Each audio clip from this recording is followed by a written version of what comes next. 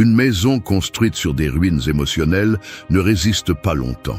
Vous pouvez la décorer de bonnes intentions, couvrir les fissures avec de belles phrases ou la déguiser en succès superficiel, mais quand la tempête arrive, tout ce qui est faux tombe. Il en va de même pour ceux qui s'accrochent à la mentalité de victime. Ils construisent leur vie à partir de la douleur sans remettre en question les fondations. Tout ce qui leur arrive a des coupables externes, tout ce qu'ils n'atteignent pas a des excuses. Ils vivent dans l'attente que le monde s'adapte à leurs blessures, au lieu de prendre le contrôle et de se reconstruire de l'intérieur.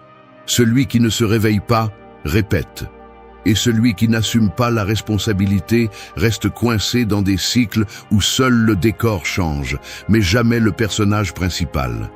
Il ne s'agit pas de nier la douleur, mais de l'utiliser comme une brique. Il ne s'agit pas de se durcir, mais de devenir conscient. C'est la véritable transformation. Arrêter de réagir impulsivement et commencer à répondre avec intention. C'est ce qu'un architecte de son propre destin fait. Il n'attend pas des conditions idéales. Il agit, même lorsque le sol tremble. Le stoïcisme n'est pas une philosophie douce. C'est une discipline pour ceux qui sont prêts à se regarder sans filtre. Il enseigne à maîtriser l'interne quand l'externe devient un chaos. Il enseigne à ne pas se rendre face à l'émotion débordante, à ne pas chercher de coupable, à rester ferme, même quand tout semble s'effondrer. Parce que le véritable pouvoir est de décider comment répondre, pas ce qui se passe. Cette vidéo ne vient pas caresser votre ego, elle vient vous pousser à vous réveiller. Si vous êtes prêt à lâcher cette version de vous qui se cache derrière le « on m'a fait », le « je ne peux pas », le « c'est comme ça que je suis », alors restez. Parce que ce n'est pas une question de motivation pour un moment, mais de briser les structures mentales qui vous ont limité toute votre vie. Et de vous reconstruire, cette fois avec conscience, avec caractère et avec une direction directe. 1. Arrête de réagir. Commence à choisir ta réponse avec conscience. Une étincelle mal dirigée peut brûler une forêt entière, mais bien canalisée, elle peut allumer une lampe qui éclaire pendant des années. C'est ainsi que fonctionne la réaction automatique. Quand elle n'est pas contrôlée, elle détruit. Mais quand elle est maîtrisée, elle guide. Beaucoup de personnes traversent la vie comme si elles étaient des feuilles emportées par le vent. N'importe quel commentaire les affecte. N'importe quel regard les perturbe, n'importe quel obstacle les submerge. Elles ne répondent pas, elles réagissent, et en le faisant, elles abandonnent leur pouvoir à tout ce qui est extérieur. Réponds comme on te crie, et ton équilibre sera contrôlé par un autre. Explose pour ce que tu ne peux pas changer, et ton énergie sera drainée dans des combats sans sens. La réaction est le langage de ceux qui sont pris au piège dans ce qu'ils ne comprennent pas. Mais la réponse consciente est l'outil de celui qui a déjà décidé de ne pas répéter ce qui le détruit. La différence entre les deux n'est pas perceptible au début, mais avec le temps, elle marque le destin. Réagir est facile, rapide et confortable. Répondre avec conscience est un acte de force intérieure, parce qu'il exige une pause, il exige le contrôle et il exige d'être éveillé. Le stoïcisme ne propose pas de réprimer ce que tu ressens, mais de le maîtriser. Il enseigne qu'entre le stimulus et ton action, il y a un espace. Cet espace est ta liberté. Celui qui réagit sans penser vit enchaîné à ses impulsions. Celui qui répond à partir de la raison construit à partir de la liberté. Marc Aurèle a écrit que l'âme devient invincible lorsqu'elle cesse de se battre contre l'extérieur et commence à se gouverner de l'intérieur. Et c'est vrai, celui qui contrôle son esprit dirige son destin. Mais celui qui vit à la merci de ses émotions finit par être l'esclave de tout ce qui l'entoure. Répondre avec conscience ne signifie pas rester silencieux face à l'injustice, mais parler avec direction. Cela ne signifie pas tout avaler, mais savoir choisir quand parler, comment agir et d'où le faire. Quand tu réagis à partir de la blessure, tu répètes le passé. Quand tu choisis ta réponse à partir de la conscience, tu crées un nouvel avenir. Et ce n'est pas une théorie, cela s'entraîne chaque jour. La prochaine fois que quelque chose te provoque, ne te précipite pas pour répondre. Observe ce que tu ressens, respire, reconnais l'émotion, puis choisis. Cette seconde de pause peut changer ta vie.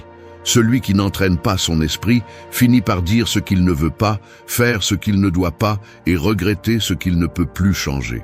Le stoïcien moderne n'est pas froid, il est ferme. Il n'est pas indifférent, il est maître de lui-même. Il ne crie pas à la vie, il l'écoute.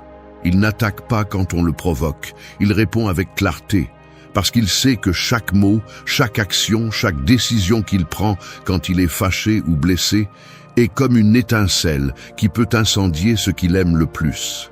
Alors, au lieu de réagir impulsivement, il choisit de construire en calme, parce que celui qui maîtrise sa réponse maîtrise son chemin. Et ce contrôle, il ne le cède pour rien. 2. Tu n'es pas ce qui t'est arrivé, tu es ce que tu décides de construire avec ça. Un couteau peut être utilisé pour couper du pain ou pour détruire. La différence ne réside pas dans l'objet, mais dans celui qui le tient. Il en va de même pour le passé. Certains l'utilisent comme une excuse, comme une arme pour justifier leur immobilisme, et d'autres le transforment en outil pour grandir.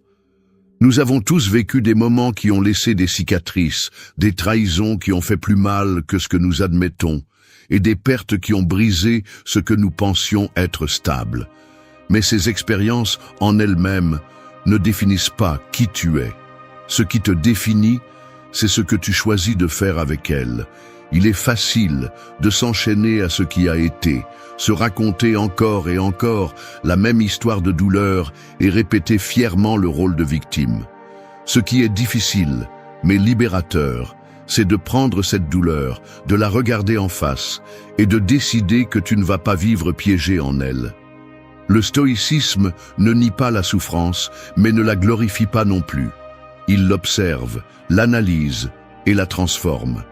Sénèque disait que ce qui nous affecte n'est pas ce qui nous arrive, mais ce que nous nous disons sur ce qui nous arrive. Si tu penses que ton histoire s'est terminée avec cette blessure, tu vivras éteint. Le problème est que beaucoup de gens sont tellement attachés à leur version blessée qu'ils ont peur de la lâcher. Parce que derrière cette identité brisée, il y a aussi de l'attention, de la compassion ou même des excuses pour ne pas avancer. Mais grandir implique de trahir cette ancienne version. Cela implique de lui dire que même si ça a fait mal, elle ne peut plus guider tes pas. Et ça fait plus mal que le souvenir. Parce que le passé devient confortable quand on l'utilise pour justifier qui on n'ose pas être. Te transformer n'est pas oublier ce que tu as vécu, mais apprendre à l'utiliser comme une pierre angulaire. Ce n'est pas ignorer le mal, mais l'intégrer comme une partie de ton histoire, pas comme ta sentence. La douleur peut être un piège ou un point de départ. Tu choisis. Tu peux continuer à répéter que tout serait différent si on ne t'avait pas fait défaut. Si tu n'avais pas perdu cela, si on ne t'avait pas rejeté, ou tu peux te tenir sur tout cela et construire quelque chose de si solide qu'il ne dépendra jamais de ce qui a été. L'esprit formé au stoïcisme ne se définit pas par les blessures qu'il porte, mais par la façon dont il marche avec elles. Le guerrier stoïque n'est pas celui qui n'a jamais été blessé, mais celui qui utilise chaque marque comme un rappel de ce qu'il a pu surmonter. Tu n'es pas cette déception, ni cet abandon, ni cette perte. Tu es ce que tu construis à partir de tout cela. Chaque décision que tu prends aujourd'hui est une déclaration d'indépendance face à ton histoire. Décide de te construire avec force, de ne pas continuer à répéter ce que les autres ont laissé. Parce que ce qui te définit n'est pas ce que tu as vécu, mais ce que tu es prêt à faire avec à partir de maintenant. 3. Transforme chaque chute en un bloc pour ta forteresse intérieure. Les murs les plus solides ne naissent pas de pièces impeccables, mais de décombres bien rangés. Ce qui semble brisé, inutile ou jeté peut devenir la base de quelque chose de beaucoup plus fort si on sait le mettre à sa place. C'est ainsi que fonctionne la vie. Les chutes ne sont pas des interruptions du chemin, elles font partie du trajet. Pour celui qui ne veut pas changer, une chute est une défaite. Pour celui qui s'éveille, c'est une leçon. Douloureuse, oui, mais révélatrice. Parce que tandis que la majorité reste à regarder ce qu'elle a perdu, Celui qui choisit de grandir commence à construire avec ce qu'il a appris. Chaque coup peut être une sentence ou un outil. Celui qui ne se connaît pas se noie dans le lamentation. Celui qui est engagé dans son évolution tire des leçons et se renforce de l'intérieur. Le stoïcisme ne propose pas d'éviter la souffrance, mais de la transformer. Épictète disait qu'il ne faut pas souhaiter que tout se passe comme nous le voulons, mais souhaiter que cela se passe comme cela se passe. C'est la clé. Quand tu comprends que la chute ne vient pas pour t'arrêter, mais pour te former, tout change. La majorité veut avancer sans blessure, sans erreur, sans trébuchement. Mais ce qui donne du poids à ton caractère n'est pas le chemin lisse, mais les fois où tu as continué même lorsque tu étais à terre. Cette décision interne, silencieuse, souvent invisible pour les autres, est celle qui façonne quelque chose qui ne se brise pas facilement. Il ne s'agit pas de feindre la fermeté, mais de la construire. Et cela ne se fait pas en évitant la douleur, mais en l'affrontant de front et en décidant qu'elle n'aura pas le dernier mot. Chaque fois que tu as continué sans motivation, chaque matin où tu t'es levé en portant ce que tu n'as montré à personne, chaque pas que tu as fait alors que tout tremblait en toi, tu as placé un nouveau bloc dans ta forteresse intérieure. Le véritable poids du caractère ne se voit pas dans les bons moments, mais quand tout semble s'effondrer. Celui qui est entraîné de l'intérieur ne se brise pas avec le chaos extérieur. Il prend ce qui fait mal et le transforme en forme. C'est là que la mentalité stoïcienne démontre sa valeur. Il ne s'agit pas de froideur, mais de contrôle. Ce n'est pas de l'indifférence, c'est de la direction. Il est inutile de le nier. Tomber fait mal. Mais rester au sol par peur de recommencer à échouer fait beaucoup plus mal. La douleur, si elle n'est pas utilisée, s'accumule. Si elle est transformée, elle renforce. Et il n'est pas nécessaire d'avoir quelque chose de parfait pour commencer. Il suffit de décider que ce qui t'a brisé ne sera pas ton histoire finale. Ce sera le début de quelque chose de plus solide, parce que les ruines ne sont des ruines que si tu choisis de ne pas construire avec elles. En revanche, si tu places chaque morceau avec intention, peu à peu se lève quelque chose qui ne s'effondre pas avec n'importe quel vent. Et ce quelque chose porte ton nom. 4. Remplace « Pourquoi cela m'arrive ?» par « Comment cela me transforme ?» Les questions que tu te poses au milieu de la douleur sont comme des portes. Certaines t'enferment, d'autres t'ouvrent des chemins que tu n'aurais jamais vus si tu n'avais pas été dans cette obscurité. Te demander « Pourquoi cela m'arrive-t-il ?» est comme marcher en rond, les yeux bandés. Cette question épuise, ne résout pas. Elle te laisse coincé au même endroit, tournant entre culpabilité, colère et résignation. En revanche, lorsque tu transformes cette question en « Comment cela me transforme-t-il ?», tu fais un pas hors du labyrinthe. Ce n'est pas un changement superficiel, c'est une reconfiguration complète de l'esprit. Les circonstances difficiles ne viennent pas avec des explications. Elles ne frappent pas à la porte pour prévenir. Elles arrivent, interrompent, secouent et détruisent des plans, des relations, des routines. La plupart répondent par des plaintes ou du victimisme. Ils se demandent pourquoi eux, comme si la vie devait être juste, comme si la justice était une garantie. Mais cette approche ne change rien. La situation reste là, le problème ne se dissout pas. Ce qui change, c'est ta place face à cela. Le stoïcisme enseigne que tu ne peux pas contrôler le vent, mais tu peux ajuster tes voiles. Lorsque tu fais ce changement mental, tu passes de victime à constructeur. Personne ne grandit en se lamentant. Personne n'évolue à partir du pourquoi. La transformation commence lorsque tu oses regarder l'adversité avec d'autres yeux. Non pas à partir de l'émotion immédiate, mais à partir d'une conscience qui cherche du sens et de la direction. Ce qui fait mal peut t'apprendre quelque chose que tu n'apprendrais pas autrement. Non pas parce que la souffrance est noble, mais parce qu'elle est réelle. Et la réalité, quand on y fait face, te forme. Mais tant que tu continues à te poser des questions qui t'enferment, tu continueras à réagir comme quelqu'un qui n'a pas le choix. La bonne question n'élimine pas la douleur, mais la réorganise. Elle lui donne une forme, elle la transforme en énergie utile. Comment cela me transforme-t-il ? active une partie de toi qui ne dépend pas des conditions externes. Elle te place en position de choisir, de décider, d'agir. Ces 3 actions, répétées au milieu du chaos, font de toi quelqu'un qui ne se brise pas facilement. Parce que tu comprends que tout a le potentiel de t'ajouter, même ce qui est arrivé pour te faire tomber. Quand quelque chose te frappe fort, ne cherche pas des réponses qui ne font qu'alimenter ta colère ou ta tristesse. Fais le silence en toi et dirige ton regard vers l'intérieur. Demande-toi quelle partie de toi a besoin de se réveiller, quelle faiblesse a été exposée, quelle force est en train de se forger là, juste à ce moment où tout semble perdre son sens.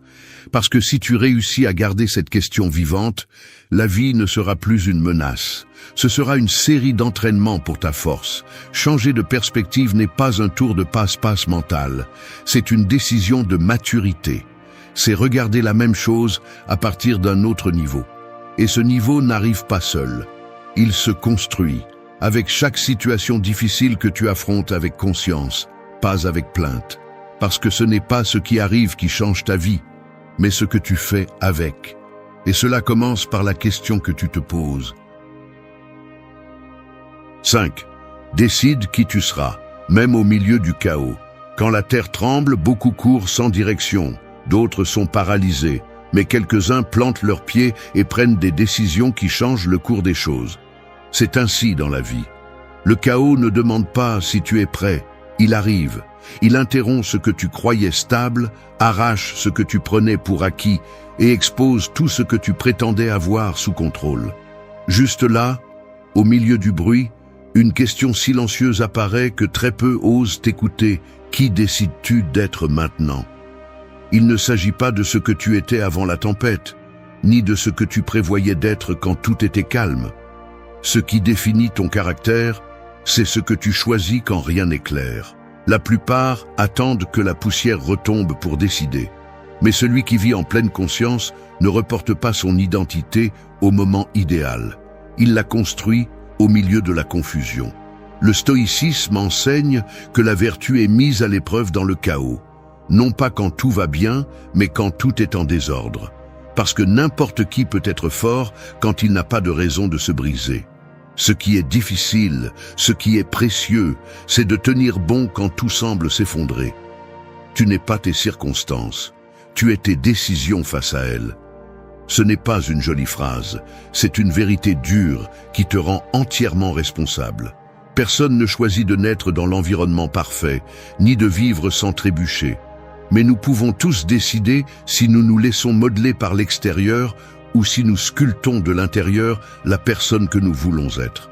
Chaque jour, avec chaque action, avec chaque pensée, tu définis qui tu es. Et si tu ne prends pas cette décision avec clarté, d'autres le feront pour toi. Au milieu du chaos, certains se justifient, d'autres se réaffirment, certains blâment leur environnement pour leur manque de direction. Marc Aurèle, au milieu des guerres, des trahisons et de la mort, n'écrivait pas pour se faire valoir. Il écrivait pour se rappeler comment il devait agir. C'est ce que signifie avoir une identité ferme, ne pas dépendre de l'humeur, du climat émotionnel ou de l'approbation des autres. C'est avoir clair que ce que tu fais chaque jour, surtout dans le chaos, reflète la structure de ton âme. Et si tu ne la décides pas toi-même, la peur ou le confort le feront. Quand tu ne décides pas qui être, tu deviens ce que le moment dicte, tu réagis au lieu d'agir. Tu te laisses emporter par des émotions passagères au lieu de soutenir tes valeurs. Ne te laisse pas tromper par l'idée qu'il est déjà trop tard ou que tu as besoin de plus de temps. Ce dont tu as besoin, c'est de décision. Décider quelle attitude tu vas adopter face à ce que tu ne peux pas contrôler. Décider si la douleur va te briser ou te forger. Décider si tu vas continuer à répéter des excuses ou si tu vas commencer à construire du caractère. Le chaos ne part pas, mais ta clarté peut devenir plus forte. Et quand cela se produit, ce qui se passe à l'extérieur n'a plus autant d'importance. Parce qu'en toi, tu as déjà pris la décision la plus importante, être qui tu choisis, pas qui le chaos te force à être. 6. Libère-toi du besoin d'approbation et rappelle-toi ta valeur. Le soleil ne demande pas d'applaudissements pour se lever chaque matin. Il n'a pas besoin que quelqu'un lui dise qu'il brille, ni qu'on reconnaisse sa force. Il sait ce qu'il est, et c'est pourquoi il remplit sa fonction sans dépendre de l'opinion des autres. En revanche, beaucoup de personnes vivent comme si chaque pas nécessitait une validation externe. Elles avancent avec la peur d'être rejetées, de ne pas s'intégrer, de ne pas plaire. Et dans cette tentative de plaire, elles finissent par s'éteindre peu à peu, jusqu'à oublier ce qu'elles sont vraiment. Vivre en fonction de l'approbation, c'est comme construire une maison sur un terrain emprunté. Tout semble aller bien jusqu'à ce que le propriétaire décide de te le retirer. Ce besoin constant d'être accepté par tous est une prison invisible. Une prison construite avec des compliments, des silences gênants et des décisions qui n'ont jamais été prises de ton plein gré. Le prix à payer pour plaire à tout le monde est souvent la trahison de soi-même. Et ce n'est pas une vie, c'est jouer un rôle. Le stoïcisme enseigne que la vraie valeur ne se trouve pas dans ce que les autres pensent de toi, mais dans la façon dont tu te comportes lorsque personne ne te regarde. Sénèque disait que celui qui vit pour plaire sera toujours l'esclave des autres. Et il avait raison. Car le désir d'approbation transforme les gens en marionnettes qui sourient pendant qu'à l'intérieur, ils se consument. Il ne s'agit pas d'être arrogant ou d'ignorer tout ce qui vient de l'extérieur. Il s'agit de construire une base solide qui ne dépend ni des applaudissements ni du jugement. Parce que la vérité est qu'il y aura toujours quelqu'un qui ne sera pas d'accord, qui critiquera, qui minimisera, qui doutera de toi. Si ta stabilité dépend de leur approbation, tu seras toujours en train de chanceler. Mais si tu décides de vivre selon ton essence, même si cela dérange, même si cela gêne, alors tu commences à expérimenter ce qu'est la vraie liberté. Vivre sans chercher l'approbation, ce n'est pas se fermer au monde, c'est s'ouvrir à l'authenticité. C'est choisir d'agir par conviction, non par peur du rejet. C'est dire ce que tu penses sans déguiser tes mots, juste pour t'intégrer. La pratique stoïcienne ne cherche pas à t'isoler, mais à te reconnaître. Qu'il ne faut pas mendier de la valeur là où tu ne devrais offrir que ta présence. Qu'il ne faut pas te cacher derrière des masques qui t'épuisent de l'intérieur. Qu'il faut comprendre que ta valeur ne monte ni ne descend selon les applaudissements, mais qu'elle reste quand tu décides de la soutenir par des actions fermes et des principes clairs. Quand tu y arrives, tu n'as pas besoin de crier pour être entendu, ni de briller pour être vu. Tu te maintiens simplement, sans chercher la permission d'être toi. Te rappeler ta valeur est un exercice quotidien. Il ne suffit pas de le savoir, il faut le réaffirmer à chaque décision. Chaque fois que tu choisis de dire non, même si cela dérange, cesser de chercher l'approbation ne signifie pas durcir le cœur. Cela signifie revenir à toi, faire confiance à ton jugement, respecter ton processus. Et quand tu le fais, le bruit extérieur ne décide plus de ta direction, parce qu'en toi, tu sais déjà qui tu es, et cela suffit. 7. N'aie pas peur de la critique. Transforme-la en guide pour ton évolution. Les flèches qui ne t'atteignent pas peuvent te faire peur, mais elles peuvent aussi t'apprendre d'où elles viennent et combien tu es fermement debout. C'est ainsi avec la critique. Elle peut faire mal, déranger, provoquer de la colère ou de la honte, mais en réalité, elle révèle beaucoup plus sur toi que sur celui qui la lance. La plupart craignent d'être jugés. Ils agissent avec prudence, non par conviction, mais pour éviter le bruit des opinions. Mais celui qui vit conditionné par la peur de la critique ne se déplace jamais en liberté. Il marche avec le frein à main. Il parle pour plaire. Il est apprécié, mais ne se sent pas bien avec lui-même. Le stoïcisme n'enseigne pas à ignorer complètement les voix extérieures, mais à distinguer laquelle mérite d'être écoutée. Marc Aurèle réfléchissait que ce que les autres pensent ne change pas la vérité de ta nature. Si ce que tu fais est en harmonie avec ta raison et tes valeurs, alors continue, même s'ils critiquent. Mais si la critique révèle un véritable défaut, alors écoute-la et corrige-le. C'est la différence entre quelqu'un de fragile et quelqu'un en évolution. Le premier est offensé, le second se transforme. Éviter la critique, c'est vouloir avancer sans fouler le sol réel. Tout chemin qui vaut la peine aura des pierres et des commentaires qui cherchent à te faire trébucher. Certains viendront de l'envie, d'autres de la peur des autres, et d'autres encore du malaise que crée ta croissance. Mais si chaque opinion te fait douter de toi, tu ne marches pas avec conviction, tu négocies ton essence.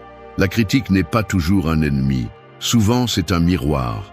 Si ça fait mal, ce n'est pas toujours parce que c'est injuste. Parfois, ça fait mal parce que ça pointe une partie que tu n'as pas encore renforcée. Transformer la critique en guide exige de la maturité. Cela signifie arrêter de réagir avec orgueil et commencer à répondre avec humilité. Tout ce qu'on te dit ne doit pas être accepté, mais tout ne doit pas non plus être rejeté par défense automatique. L'esprit formé sur des principes solides filtre, analyse et choisit. Utilise ce qui est utile, rejette ce qui est vide. C'est une pratique quotidienne qui construit la clarté interne. Car celui qui n'a pas peur d'être pointé du doigt peut avancer sans porter de masque. Accepter que tu seras critiqué fait partie du coup de vivre avec authenticité. Tout le monde ne comprendra pas tes décisions, ton rythme, ton processus. Certains critiqueront parce qu'ils ne te contrôlent pas. D'autres parce qu'ils ne supportent pas de voir quelqu'un avancer pendant qu'il s'arrête. Mais si ton chemin est guidé par des principes solides, chaque critique ne sera qu'une partie du paysage, pas un obstacle. Et si en plus tu sais les transformer en ajustements intelligents, elles finiront par faire partie de ta croissance. N'aie pas peur du jugement extérieur. Crains de rester immobile par peur de lui. Crains de te perdre toi-même en taisant ce que tu penses ou en cachant ce que tu es. Car la véritable liberté n'arrive pas quand tout le monde t'approuve, mais quand tu peux recevoir une critique sans perdre le cap. Et quand cela arrive, le pouvoir n'est plus à l'extérieur. Tu le portes en toi, guidant chaque pas avec conscience et direction. 8. N'attends pas les conditions idéales, agis à partir de ton pouvoir présent. Les horloges cassées donnent aussi l'heure juste 2 fois par jour, mais personne ne reste à attendre que cela se produise pour prendre des décisions. Alors, pourquoi tant de gens insistent-ils pour repousser leur progression jusqu'à ce que tout soit parfait? Reporter l'action en attendant que l'environnement s'aligne est comme refuser de marcher parce qu'il n'y a pas de vent favorable. Cette mentalité d'attente permanente de quand j'aurai plus de temps, quand je me sentirai mieux, quand tout sera plus clair, est un piège déguisé en logique. Pendant ce temps, les jours passent, les opportunités se refroidissent et la volonté s'affaiblit. Le présent n'a pas besoin d'être idéal pour être puissant. Il a juste besoin d'être utilisé. Chaque instant que tu repousses par peur, par insécurité ou par des excuses déguisées en prudence est un moment de vie qui ne revient pas. Le stoïcisme enseigne que tu ne contrôles pas les événements, mais ce que tu fais avec eux. Tu n'as pas besoin que l'environnement facilite ton mouvement. Tu as besoin de bouger à partir de ta décision interne. Épictète disait que ce n'est pas la situation qui nous arrête, mais notre opinion sur elle. Et souvent, cette opinion est chargée de doutes, de jugements appris, de paralysie déguisée en analyse. Agir à partir du présent implique d'assumer la responsabilité sans excuse. Cela signifie arrêter de pointer du doigt ce que tu n'as pas, ce qui te manque, ce qui n'est pas arrivé, et commencer à construire avec ce que tu as, à partir de là où tu es. C'est cela la mentalité stoïcienne, faire de son mieux avec ce qui est à ta portée, sans te plaindre de ce qui est hors de ta portée.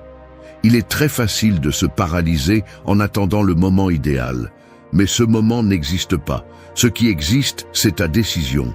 Et cette décision est celle qui transforme l'inertie en progrès. Tu n'as pas besoin de plus de temps. Tu as besoin de plus de concentration. Tu n'as pas besoin d'avoir tout résolu. Tu as besoin de commencer avec ce que tu sais déjà. Tu n'as pas besoin d'approbation. Tu as besoin de clarté interne. Le moment parfait n'arrive jamais parce qu'il y a toujours quelque chose à ajuster. Mais le moment présent est toujours disponible, en attente que tu l'utilises avec force. Et cette force ne dépend pas de l'extérieur.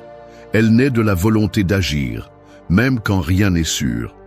En agissant aujourd'hui, sans attendre des conditions parfaites, tu entraînes ton caractère, tu renforces ton engagement. Tu romps avec la passivité qui affaiblit. Ne reste pas à attendre que tout se mette en place. Mets-toi en place face à ce qui existe et commence à bouger. Parce que chaque minute que tu utilises avec intention vaut plus qu'une semaine d'attente vide. Et quand tu fais du présent ton champ d'action, la vie cesse de se sentir comme quelque chose qui passe et commence à se sentir comme quelque chose que tu es en train de modeler avec tes propres mains. 9. Construis un but ferme qui résiste à n'importe quelle tempête. Une boussole sans nord tourne en rond. Elle peut bouger, elle peut tourner, mais elle n'avance jamais avec une direction claire. C'est ainsi que vit celui qui n'a pas construit un but solide. Il a de l'énergie, mais pas de cap. Il s'épuise dans des décisions qui l'éloignent de lui-même, se perd dans le bruit du monde et se confond avec n'importe quelle distraction brillante. L'absence de but ne se remarque pas immédiatement. Elle se déguise avec de l'occupation, avec des objectifs empruntés, avec des routines répétées. Mais au fond, le vide persiste. Et quand les tempêtes arrivent, ce vide devient un abîme. Ne pas avoir un but clair te rend fragile. Face à n'importe quel problème, tu doutes. Face à n'importe quelle critique, tu chancelles. Face à n'importe quel obstacle, tu te demandes si ça vaut la peine de continuer. Mais quand ton but est bien ancré, l'extérieur ne te brise pas, il te teste. Le stoïcisme ne se construit pas sur des motivations passagères, mais sur un sens de la vie qui ne dépend pas des circonstances. Marc Aurèle n'écrivait pas pour se sentir bien. Il écrivait pour se rappeler son devoir, sa vision, son chemin, et cela lui donnait de la fermeté au milieu du chaos.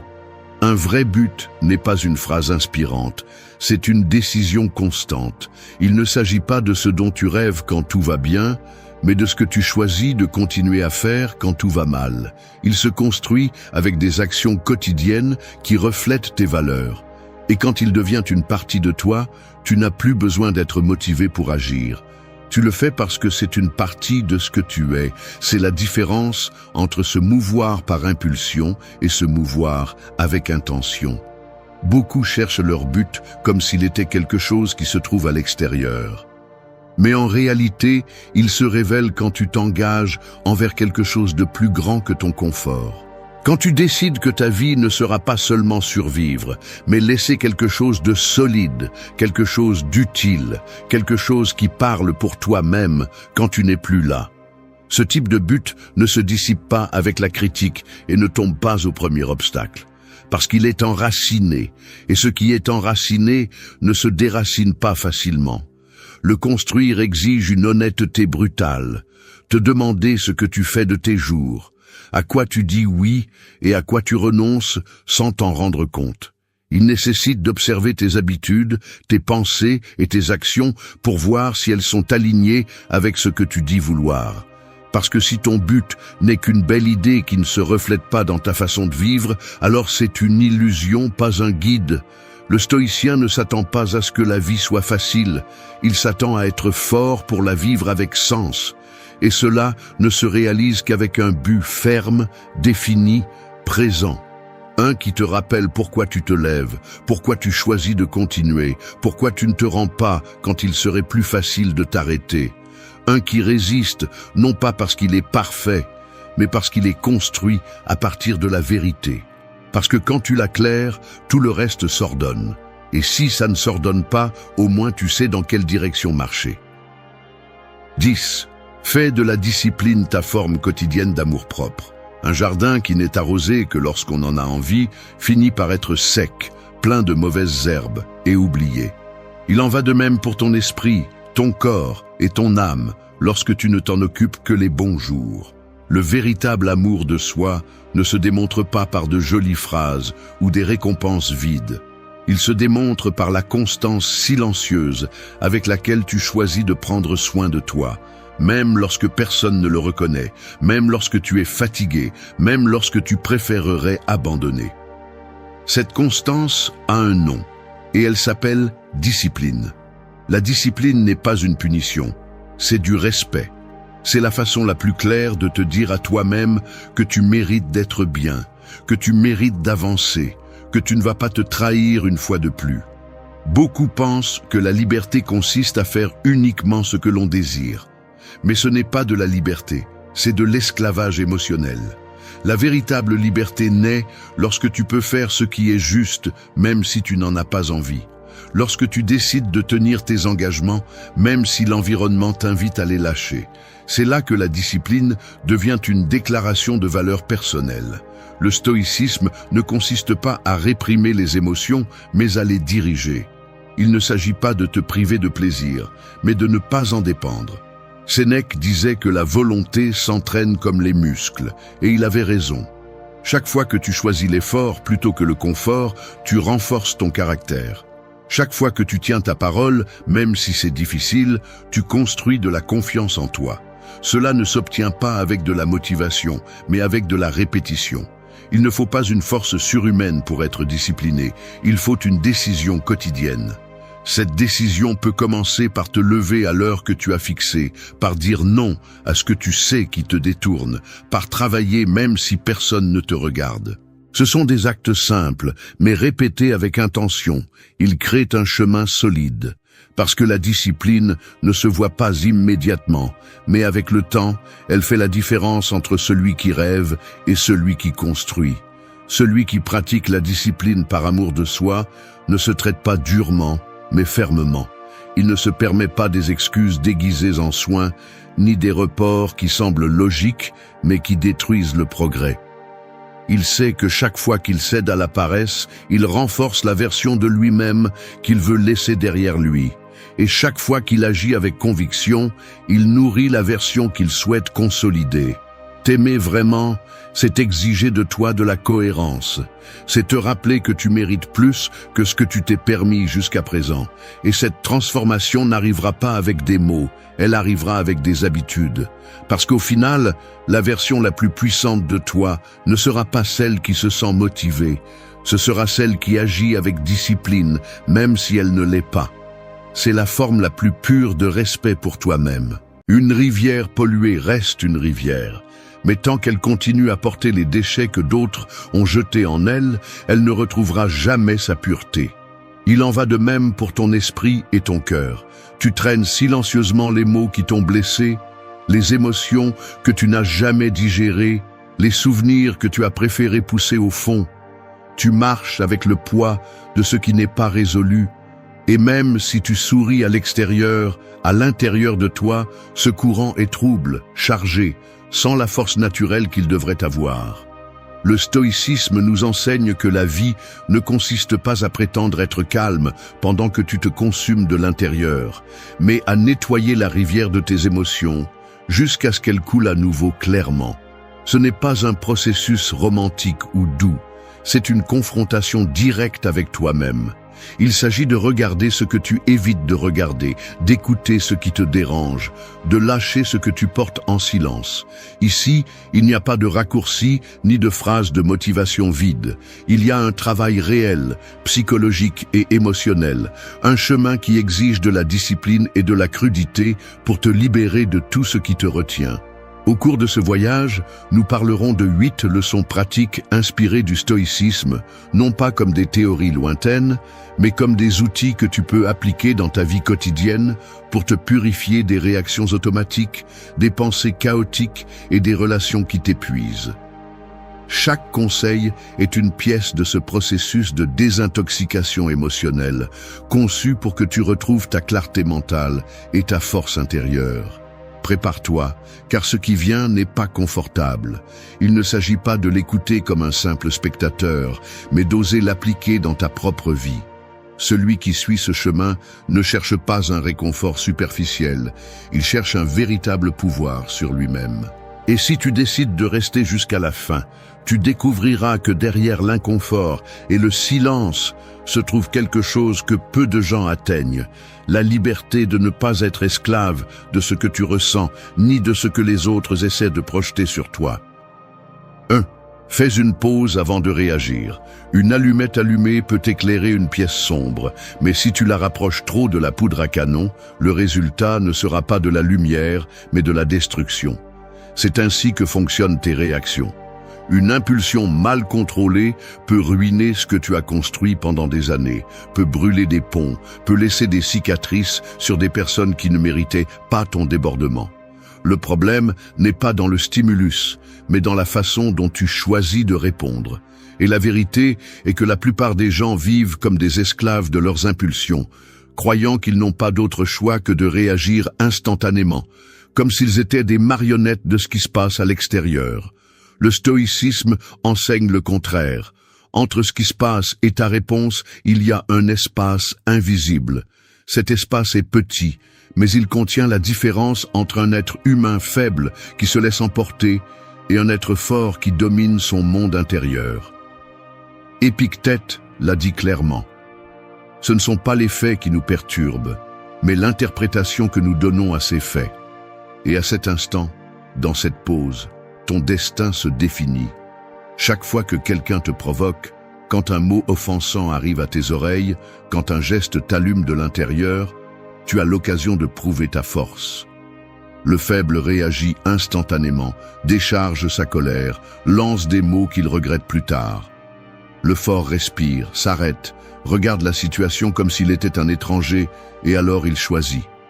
Cette pause est une arme psychologique, un bouclier qui te sépare du chaos et te permet de répondre avec stratégie plutôt qu'avec impulsivité. Ne confonds pas la pause avec la lâcheté. Il ne s'agit pas de rester immobile comme un meuble, ni de se laisser marcher dessus. La pause est un calcul conscient, un espace où tu décides quel mouvement tu feras. C'est comme le guerrier qui mesure la distance avant de porter le coup. Le fou se lance sans réfléchir et meurt à la première tentative. Le sage attend, observe et agit avec précision. Cette différence marque qui a le contrôle et qui est contrôlé. Pratiquer la pause, c'est entraîner ton esprit dans le quotidien. Dans le trafic, quand quelqu'un s'interpose brusquement, au lieu de crier ou de maudire, respire et répète dans ta tête « Je ne vais pas donner ma paix à cet étranger ». Quand un membre de ta famille cherche à te provoquer avec des commentaires sarcastiques, au lieu de tomber dans son jeu, garde le silence et analyse s'il mérite ton énergie. Quand la vie te donne un coup inattendu, rappelle-toi qu'il ne s'agit pas de réagir comme un animal blessé, mais d'agir comme un stratège qui voit au-delà de l'instant. Avec le temps, tu remarqueras un changement profond. Au début, tu ressentiras la tension de vouloir répondre immédiatement. Ton corps demandera un exutoire, tes mots surgiront avec force. Mais si tu réussis à résister, si tu apprends à maîtriser cet instant, tu deviendras maître de toi-même. Et les gens le remarqueront. Ils remarqueront qu'ils ne peuvent pas te manipuler, qu'ils ne peuvent pas t'allumer facilement, que ton silence pèse plus que leurs cris. Ce respect ne se demande pas, il se gagne lorsque tu démontres que ta réaction n'est pas automatique, que ton esprit est entraîné pour choisir. Souviens-toi toujours de la métaphore de l'allumette. N'éteins pas ton feu, mais ne le gaspille pas non plus en explosions inutiles. Garde ton énergie pour ce qui compte vraiment. Chaque pause que tu fais est une déclaration de pouvoir. C'est un rappel que ta vie n'est pas gouvernée par ce que les autres font ou disent, mais par ce que tu décides de faire avec ce qui t'arrive. Et quand tu comprends cela, tu deviens libre. Parce qu'au final, réagir sans réfléchir, c'est être esclave du monde. Mais faire une pause, respirer et choisir fermement, c'est toujours être maître de son destin. 2. Observe tes émotions sans être elles. La mer peut se déchaîner avec des tempêtes, soulever des vagues violentes et rugir avec fureur, mais dans ses profondeurs, il y a toujours du calme. Ce calme profond est ta véritable essence, tandis que les vagues sont tes émotions. Beaucoup font l'erreur de croire qu'ils sont les vagues elles-mêmes, alors qu'en réalité, ils sont l'océan qui les contient. Ils s'identifient à la colère, à la tristesse, à l'euphorie, et finissent par être emportés par chaque vague qui apparaît à leur surface. Le stoïcisme enseigne à se rappeler cette différence. Tu n'es pas ce que tu ressens, tu es celui qui observe ce qui se passe en toi. Marc Aurèle l'expliquait en soulignant que l'esprit a la capacité de prendre du recul par rapport à ses propres pensées. Quand tu oublies cela, tes émotions gouvernent ta vie. Un mot négatif ruine ta journée. Un geste indifférent de quelqu'un que tu apprécies te plonge dans l'insécurité. Une petite frustration transforme ton monde en chaos. Tu es emporté d'un côté à l'autre comme un bateau sans gouvernail. Observer les émotions ne signifie pas les nier, ni prétendre qu'elles n'existent pas. Cela signifie les reconnaître et rester centré. Il y a une énorme différence entre dire « je suis en colère » et dire « je remarque de la colère en moi ». Dans la première phrase, tu confies ton identité à l'émotion. Dans la seconde, tu affirmes ta position en tant qu'observateur. Cette petite nuance fait la différence entre être prisonnier ou maître de ton intérieur. Pense à cela dans la vie quotidienne. Quand la colère frappe à ta porte, il est courant de la laisser entrer comme si elle était la maîtresse de la maison. Tu parles sous son influence, tu agis avec sa force aveugle, et ensuite tu restes avec les restes de ce qu'elle a détruit. En revanche, si tu apprends à l'observer, tu détectes la chaleur sur ta peau, la tension dans la mâchoire, la respiration accélérée, et tu dis « voici la colère, mais je ne suis pas elle ». Alors naît la liberté. Il en va de même pour la tristesse, la peur, l'anxiété. Les observer à distance te permet de voir qu'elles sont passagères, pas ton essence. Cet entraînement est pratique et s'applique chaque jour. Lorsque tu reçois un message qui te dérange, au lieu de réagir immédiatement, arrête-toi et reconnais ce qui l'éveille en toi. Lorsque tu entends une critique, ne te justifie pas tout de suite, remarque d'abord quelle émotion surgit. Lorsque tu fais face à une décision qui te fait peur, observe les histoires que ton esprit invente avant d'agir. Chaque situation est un gymnase mental où tu renforces ta capacité à être témoin et non esclave. Avec discipline, cette pratique te rend imperturbable. Non pas parce que tu es insensible, mais parce que tu arrêtes de confondre les vagues avec l'océan. Les autres le perçoivent. Ils voient que les émotions surgissent et disparaissent en toi, mais ne t'emportent pas. Cela génère du respect et une présence difficile à briser. Le calme de celui qui observe vaut plus que 1000 mots de celui qui perd le contrôle. Rappelle-toi toujours la métaphore de la mer. Les vagues sont intenses, changent, s'élèvent et tombent, mais l'océan reste l'océan. Tu es cette profondeur sereine. Permets-toi de ressentir, mais ne te confonds pas avec ce que tu ressens. La colère, la tristesse et la peur passeront, mais l'observateur que tu es reste. Et quand tu découvres que tu peux les voir sans devenir elles, tu comprends que la véritable force n'est pas de ne pas ressentir, mais de ne pas laisser ce que tu ressens décider pour toi.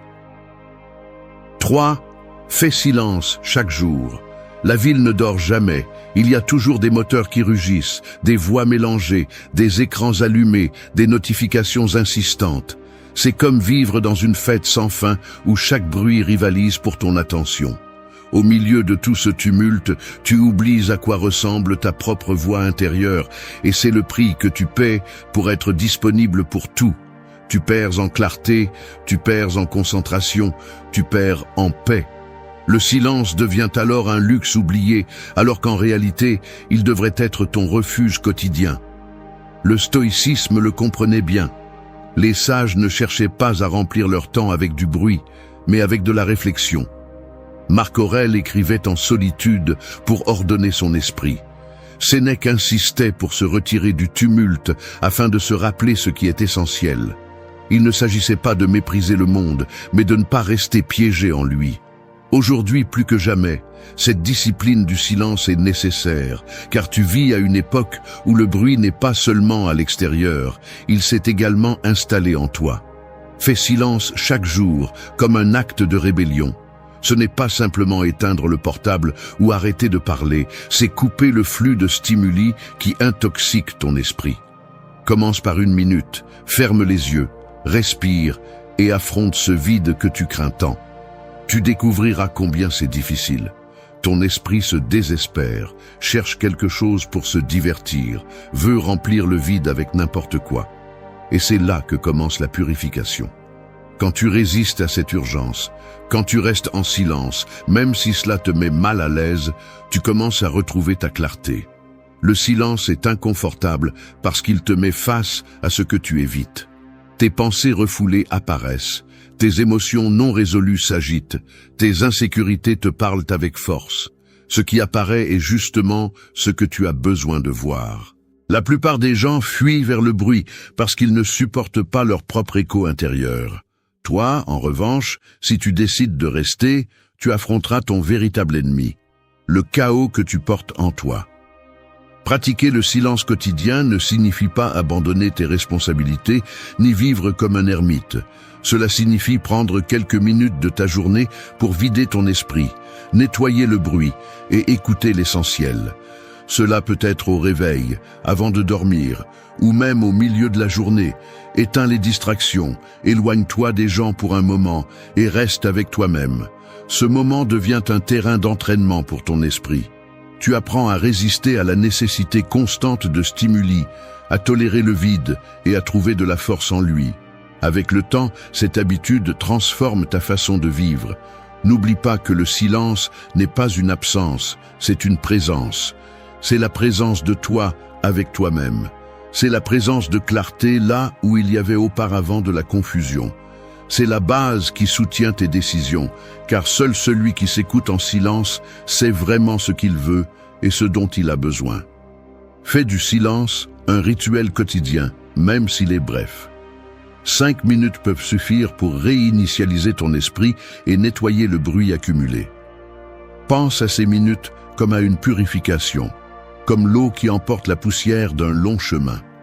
Et quand tu reviens au bruit inévitable du monde, tu porteras en toi un centre solide, un espace qui ne peut pas être contaminé. C'est la véritable discipline, ne pas craindre le silence, mais le chercher. Parce que celui qui parvient à être en paix avec le vide ne dépend plus du bruit pour se sentir vivant. Et cette maîtrise intérieure est l'une des armes les plus puissantes que tu peux cultiver. 4. Écris ce qui te pèse. Un guerrier ne va pas au combat avec un sac à dos rempli de pierres. Avant de se battre, il se débarrasse de ce qui le ralentit, car il sait que le poids inutile le condamne à perdre. Toi, en revanche, tu marches avec des charges invisibles tous les jours, des souvenirs qui ne se dissipent pas, des mots que tu n'as pas dits, des blessures que tu n'as pas exprimées. Ces pierres ne se voient pas, mais elles consomment ton énergie. Elles te privent de clarté, te volent ta présence, te maintiennent prisonnier d'un labyrinthe interne dont tu ne trouves pas la sortie. L'écriture devient alors ton arme secrète, l'acte de lâcher ce que tu ne peux plus porter. Le stoïcisme valorisait le pouvoir d'écrire. Marc Aurèle n'a pas laissé ses méditations pour qu'elles soient publiées. Il les a écrites pour nettoyer son esprit, pour ordonner ce qui le troublait et donner une direction à son esprit. Chaque mot inscrit sur le papier était un exercice de discipline intérieure. Et cette même pratique est disponible pour toi. Tu n'as pas besoin d'être écrivain ni de chercher la beauté dans les phrases. Tu as besoin d'une honnêteté brutale, car le papier est un témoin muet qui ne juge ni ne contredit. Écrire ce qui te pèse, c'est ouvrir une soupape de sécurité. Ce que tu ne dis pas s'accumule comme de la fumée dans une pièce fermée, et peu à peu, elle t'étouffe. Lorsque tu le mets en mots, même de manière chaotique, tu crées une sortie. Cette feuille devient l'endroit où tu laisses ce que tu ne veux plus en toi. La colère contenue, la tristesse qui t'accompagne, les doutes qui te consument, tout peut être vidé en quelques lignes. Cela ne disparaît pas magiquement, mais cela change de place. Cela cesse d'habiter en toi pour occuper l'espace de l'encre et du papier. Fais-le avec discipline, pas comme un exutoire occasionnel. Consacre quelques minutes chaque jour à écrire ce que tu ressens. Ne cherche pas à le faire parfaitement, cherche à le faire réellement. Si quelque chose t'a blessé, écris-le. Si quelqu'un t'a déçu, mets-le en mots. Si la peur te paralyse, décris-la. À la fin de chaque exercice, tu ressentiras un soulagement, comme si tu avais laissé tomber une partie de ce sac à dos invisible. Ce soulagement est une purification, un nettoyage émotionnel. De plus, l'écriture a un effet secondaire puissant. Elle te montre ce que tu nierais autrement. Lorsque tu relis tes mots, Tu découvres des modèles, des obsessions, des insécurités qui se répètent. Tu vois clairement comment ton esprit insiste pour tourner autour des mêmes thèmes, comment ta douleur est liée aux mêmes erreurs, comment ta colère pointe toujours dans la même direction. Cette prise de conscience est un cadeau. Elle te donne la possibilité d'arrêter de fuir ce qui te pèse et de commencer à l'affronter directement. Imagine que chaque feuille écrite est comme jeter une pierre dans la rivière. Une après l'autre, les charges commencent à se détacher et l'eau recommence à couler sans blocage. Cela ne signifie pas que ta vie devient parfaite, mais cela signifie que tu ne marches plus en traînant des poids qui ne te correspondent pas. Tu deviens plus léger, plus clair, plus maître de ton énergie. Ne sous-estime pas cette pratique par sa simplicité.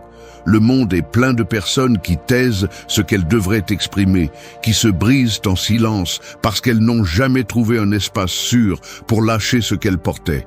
Le papier peut être cet espace. Il ne te trahira pas, il ne te demandera pas d'explication, il n'utilisera pas tes confessions contre toi. Il recevra simplement ce que tu lui donnes et le transformera en clarté. Fais de l'écriture une habitude, même si elle est brève. Une page par jour peut faire la différence entre rester coincé dans tes charges ou commencer à te libérer d'elles. Écris ce qui te pèse, transforme-le en mots et puis laisse-le partir. Cet acte simple peut te sauver de années de répression et de confusion. Parce qu'un guerrier ne gagne pas par la force brute. 5. Accepte tout avec amour. Le feu ne se plaint pas de ce qu'il consume. Il brûle avec la même intensité face à un tronc sec qu'à une branche humide. Il ne distingue pas entre ce qui est facile et ce qui est difficile. Il transforme simplement tout en chaleur et en lumière. C'est ainsi que tu devrais affronter ta vie, en acceptant chaque circonstance, agréable ou douloureuse, comme une partie du matériel qui alimente ta force. C'est l'amor fati, l'amour du destin, l'art d'embrasser non seulement ce que tu aimes, mais aussi ce qui te blesse, parce que tu comprends que tout a une place dans ta formation. L'erreur commune est de résister à ce qui ne peut pas être changé. Tu te plains de ce qui s'est passé, tu maudis ce qui est devant toi, tu perds de l'énergie à souhaiter que la réalité soit différente. Cette lutte est inutile, car rien de l'extérieur n'obéit à tes désirs. La souffrance ne vient pas de l'événement lui-même, mais de la résistance. Quand tu refuses d'accepter, tu deviens l'esclave de ce qui s'est déjà passé. Le stoïcisme enseigne que le véritable pouvoir réside dans la transformation de chaque coup en enseignement, chaque chute en élan, chaque blessure en cicatrice qui te rappelle de quoi tu es fait. Accepter avec amor fati ne signifie pas te résigner. Se résigner, c'est baisser la tête et supporter sans sens. Accepter, c'est lever les yeux et dire « Cela m'appartient aussi, cela fait aussi partie de mon histoire ». C'est prendre l'adversité comme un entraînement, comme le poids qui renforce le muscle. Marc Aurèle voyait chaque difficulté comme une opportunité d'exercer la vertu. Le feu consume tout et le transforme en son essence. Tu dois faire de même. Rien n'est superflu, rien n'est gaspillé, tout peut être transformé. Pense aux épreuves que tu as affrontées. Peut-être une trahison, une perte, une maladie. Ce sont peut-être des moments qui t'ont détruit sur le moment, mais si tu regardes en arrière, tu remarqueras que ces expériences t'ont aussi façonné. Elles t'ont donné une clarté que tu n'avais pas auparavant. Elles t'ont forcé à grandir. Elles t'ont appris à lâcher prise sur ce que tu ne contrôles pas. C'est l'amor fati en action. Regardez ton passé sans haine. Regardez ton présent sans plainte. Regardez ton futur sans peur. Le pratiquer est un défi quotidien. Quand quelque chose ne se passe pas comme tu l'espères, au lieu de tomber dans la frustration, dis-toi « Cela fait aussi partie de mon chemin ». Quand quelqu'un te déçoit, au lieu de t'empoisonner avec du ressentiment, rappelle-toi que même cette personne est devenue ton enseignant. Quand la vie te prend ce que tu aimes, même si ça fait mal, comprends qu'il y a aussi dans ce vide un espace pour construire une nouvelle force. L'amor fati ne supprime pas la douleur. Il la transforme en matériau pour ta grandeur. Fais de cette idée une habitude mentale. Chaque fois que l'adversité se présente, répète « Je l'aime parce que c'est à moi ». Je l'accepte parce que c'est une partie de mon destin. Cette phrase n'est pas une faiblesse, c'est du pouvoir. Cela signifie qu'il n'y a rien qui puisse te briser, parce que tout ce qui arrive, tu l'absorbes, tu l'intègres et tu le transformes en partie de toi. Tu deviens comme le feu que rien n'éteint, comme la rivière qui ne s'arrête jamais, comme le rocher qui résiste au siècle. L'amor fati est une liberté absolue. Celui qui le pratique ne craint pas demain, parce qu'il sait que ce qui viendra fera partie de son histoire. Il ne vit pas piégé dans la nostalgie, parce qu'il comprend que ce qui est perdu a aussi rempli sa fonction.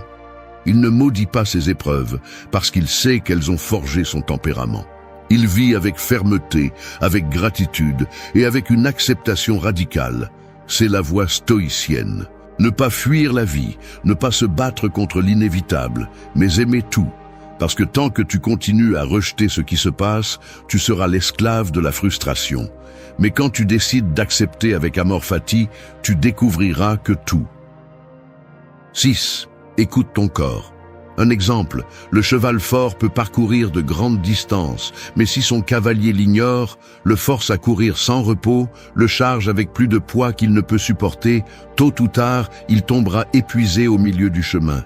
Ce cheval est ton corps. Tu l'exiges, tu l'exploites, tu le remplis de tension et silencieusement tu le forces à porter tout ce que ton esprit ne sait pas gérer. Tu penses que tu peux l'ignorer parce qu'il continue à fonctionner, mais le corps finit toujours par passer l'addition. Et quand il le fait, il ne pose pas de questions, il arrête simplement ta progression. Le stoïcisme ne séparait pas le corps de l'âme. Pour eux, la force physique et la clarté mentale étaient deux faces de la même pièce. Un esprit discipliné ne peut pas habiter dans un corps négligé. Sénèque rappelait que la tempérance s'exerce aussi dans la façon dont tu traites ton corps, car la santé fait partie de ton devoir envers toi-même. Il ne s'agit pas de culte de l'apparence ni d'obsession superficielle. Il s'agit d'écouter les signaux que le corps envoie et de répondre avec respect. Chaque émotion que tu n'affrontes pas trouve son moyen de se manifester physiquement. L'anxiété serre la poitrine, la tristesse alourdit les épaules, la colère durcit la mâchoire, la peur s'installe dans l'estomac. Le corps devient la carte de ce que ton esprit tait. L'écouter, c'est apprendre à lire ces signaux et ne plus les réprimer. Car ce que tu n'exprimes pas en mots, tu le cries avec des douleurs. Ce que tu ne lâches pas en pensée, tu le portes dans des muscles tendus. Écouter ton corps signifie lui prêter attention au quotidien. Remarquer comment ta respiration change lorsque tu es perturbé, comment ton cœur s'accélère face à un problème, comment tes mains se contractent lorsque tu ressens de la colère. Cela signifie t'arrêter et respirer profondément lorsque la tension apparaît, ne pas continuer à courir comme si de rien n'était.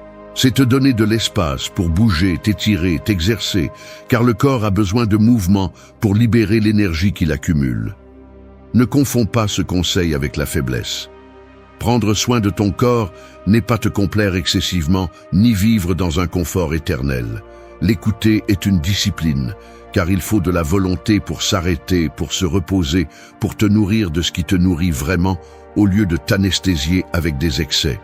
Il faut du courage pour reconnaître que tu es épuisé et que tu as besoin de faire une pause, au lieu de masquer ta fatigue avec plus de café ou plus de distraction. Celui qui ignore son corps vit de manière inconsciente. Celui qui l'écoute apprend à garder la machine bien réglée pour résister. Fais de l'entretien corporel une habitude stoïcienne. Consacre quelques minutes par jour à observer ta respiration. Remarque si tu es tendu au réveil. Demande-toi quelles émotions tu ressens dans chaque partie de ton corps et laisse-les sortir par le mouvement. Marche, fais de l'exercice, relâche la rigidité. Même dans le calme, apprends à écouter. Le corps est un messager constant. Et lorsque tu l'ignores, tu finis par perdre de la clarté non seulement physique, mais aussi mentale. Avec le temps, tu découvriras que ton corps peut être ton meilleur allié. Il te prévient avant que tu n'exploses émotionnellement. Il t'alerte lorsque tu portes plus que tu ne devrais. Il te montre la connexion entre ce que tu penses et ce que tu ressens. Tu apprendras à t'arrêter avant que le stress ne se transforme en maladie. Avant que la tension ne devienne chronique, avant que le silence émotionnel ne se transforme en douleur physique. Celui qui écoute son corps n'est pas faible, il est sage. Parce qu'il comprend que la véritable force ne consiste pas à ignorer les signaux, mais à les honorer pour continuer à avancer avec résistance et avec un véritable pouvoir. 7. Protège ton énergie. Imagine une lampe allumée au milieu de la nuit. Peu importe la puissance de son ampoule, si tu laisses les fenêtres ouvertes et que le vent souffle fort, la flamme finira par s'éteindre. Il en va de même pour toi. Tu peux avoir de la volonté, des projets, du talent et de grands rêves, mais si tu ne fermes pas les portes par lesquelles ta force s'échappe, tôt ou tard, tu finiras éteint, épuisé et sans clarté pour ce qui compte vraiment. L'erreur est de vivre en croyant que l'énergie est inépuisable. La plupart des gens se livrent à des discussions absurdes, absorbent les plaintes des autres, consomment du contenu vide pendant des heures et se demandent ensuite pourquoi ils n'ont pas de force pour l'essentiel. La réponse est simple. Chaque chose que tu laisses entrer dans ta vie a un coût, et ce coût est toujours payé avec ton énergie. Le stoïcisme avait bien compris ce principe. Marc Aurèle écrivait que l'esprit doit rester libre de ce qui n'apporte pas de valeur, car ce qui nourrit ta pensée détermine la qualité de ta vie. Si tu permets à tout et à tous d'avoir accès à toi, ton énergie se dilue dans des milliers de directions. La protéger ne signifie pas devenir froid ou mépriser le monde. Cela signifie choisir fermement à quoi tu prêtes attention et à quoi tu la refuses. C'est de la discipline. Celui qui ne prend pas soin de son énergie finit par être l'esclave de l'épuisement, vit en réagissant à l'extérieur et n'a jamais de force pour ce qu'il veut vraiment construire. La pratique commence par l'honnêteté. Demande-toi, cette personne me renforce-t-elle ou me tire-t-elle vers le bas avec sa négativité? Cette conversation m'apporte-t-elle de la clarté ou me remplit-elle de bruit? Cette activité me rapproche-t-elle de ce que je cherche ou ne fait-elle que voler mon temps? Répondre honnêtement peut te mettre mal à l'aise, car beaucoup de choses que tu fais au quotidien sont des fuites silencieuses. Mais si tu n'agis pas, tu continueras à gaspiller ta vitalité sur ce qui ne le mérite pas. La clarté commence par le courage de reconnaître ce qui te draine. Poser des limites est la clé. Il ne s'agit pas de crier ou de donner des explications théâtrales. Les limites commencent en toi et s'expriment par des actes concrets. Parfois, c'est garder le silence face à une provocation. D'autres fois, c'est éteindre le téléphone pour ne pas être l'esclave des notifications. D'autres fois, c'est annuler un engagement vide et te consacrer à ce qui compte vraiment pour toi. Chaque fois que tu décides « je ne vais pas dépenser mon énergie pour ça », tu renforces ton caractère. Chaque limite est un mur invisible qui protège ta paix. Avec le temps, tu verras comment tout change. Tu ne seras plus disponible pour chaque drame étranger. Tu ne te sentiras plus utilisé par ceux qui cherchent seulement à décharger leur frustration sur toi.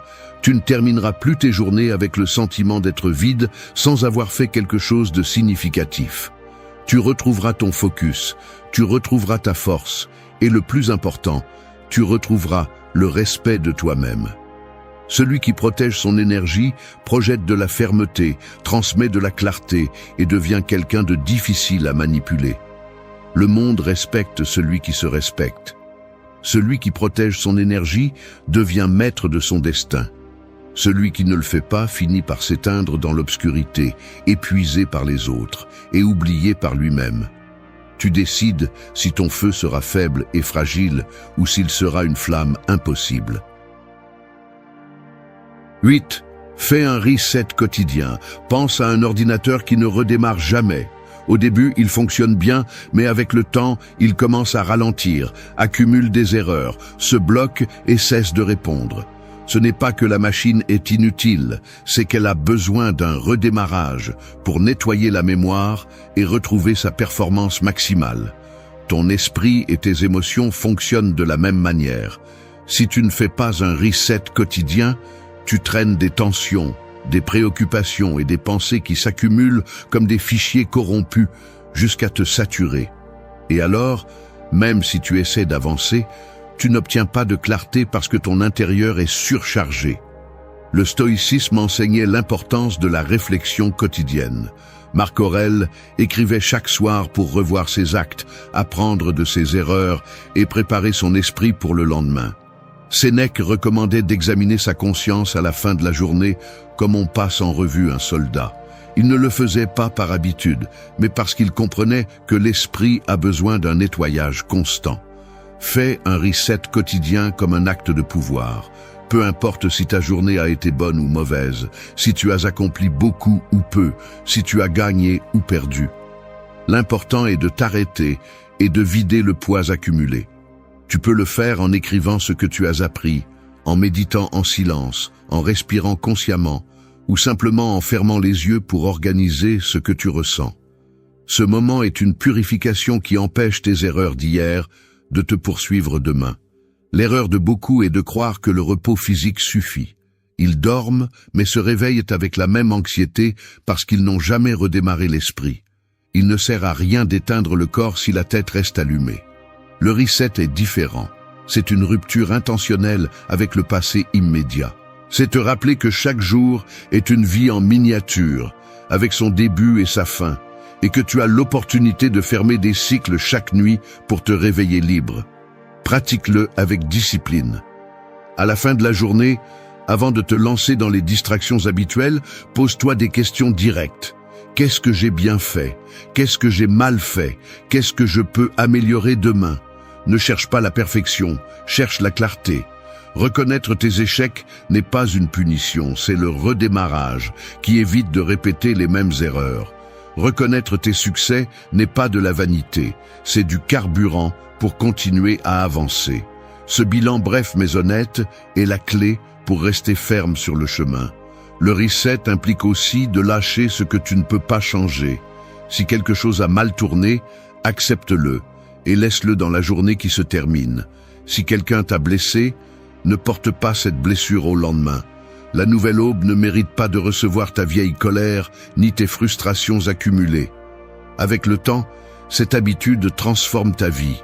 Tu deviens plus conscient de la façon dont tu utilises tes heures, plus capable d'apprendre rapidement de tes erreurs et plus résistant à la frustration. Les autres le perçoivent dans ton regard et dans ton attitude. Ils te verront avancer avec calme et fermeté, sans traîner de drame ni d'obsession. Et cette différence est notable, parce que pendant que la majorité porte des semaines et des mois de poids émotionnel, tu commences chaque jour comme s'il était nouveau. Rappelle-toi la métaphore de l'ordinateur.